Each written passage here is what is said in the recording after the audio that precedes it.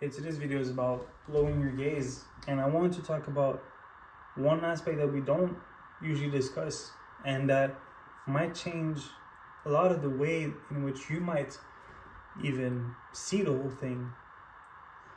I've come to realize that a lot of the times when we sort of give in to looking at women, for example, right, isn't always lust, right? But we do this thing where we give people a chance and we give them all this attention, almost trying to understand them in a way, right? And what happens is you got to realize that whatever it is that we look at for long enough, we start to see coherence in it. We start to see things making sense, and we start to see beauty in the whole thing, right? You could take any painting, any abstract piece, even a pile of garbage. Literally, you could go to a garbage, look at it for long enough, and you'll be like, damn, something is kind of sick here though. Look at this way, right? My point is that the more attention we give a certain thing, the more we see something in it, like a coherence, a order, a dynamic, whatever, and we start to understand it. At that moment, what happens is we create sort of an attachment to this thing, and we don't realize that often, right? It might be for many reasons. Like I made a small video about it on TikTok. You should follow me there. But is that we go there and we think to ourselves that there's a chance that maybe we give this much attention because we would like to receive that back. You would like somebody to give us that chance to give us enough time and attention to get to understand us, maybe, or get that love back, right? So we are that giving to people, but in actuality, what ends up happening is that you'll only end up attached to them because you tried so hard by pouring so much attention into them.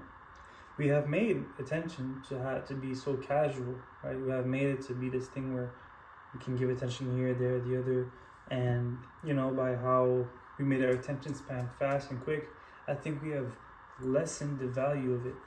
But attention is super important. Attention is what makes it that you drive well, that you walk well, that you don't fall off of a bicycle or whatever it is that you do, that we do, really. So to give it the right amount of value is critical. The point of this is to say that it's not always about lust. It's not always about lusting over somebody.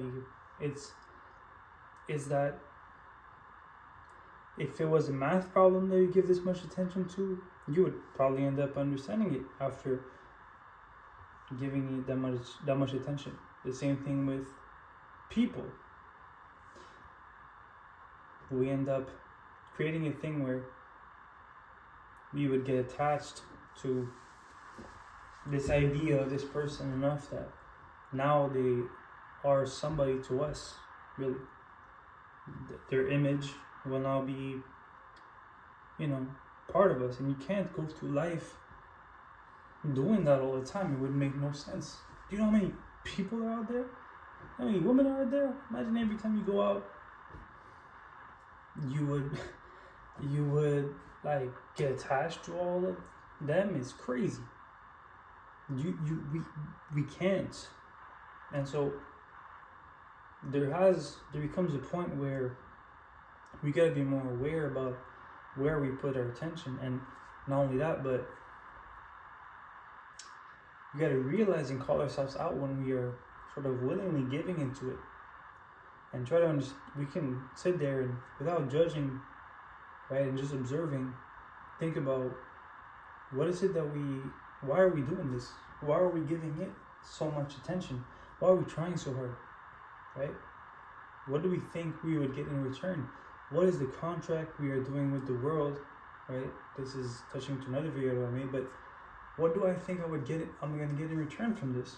Do I think that because I give this person attention, they're going to give me attention back? Do I think that if I make myself available enough to receiving their attention, I'm gonna receive it more? Do I think that if I make myself clearly available to receiving, I'm gonna get a sign to approach them?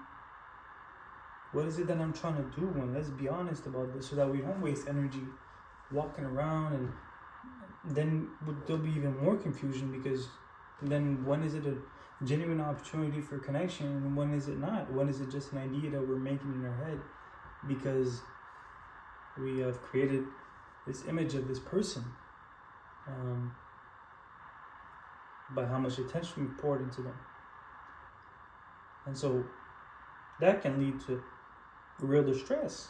Imagine you put all your attention into a girl, and at the end she walks away or leaves, whether she, by accident or on purpose, and now you're there, and everything, every ounce of energy you had, you put into them, thinking that you would be fruitful in a way, and yet it's not.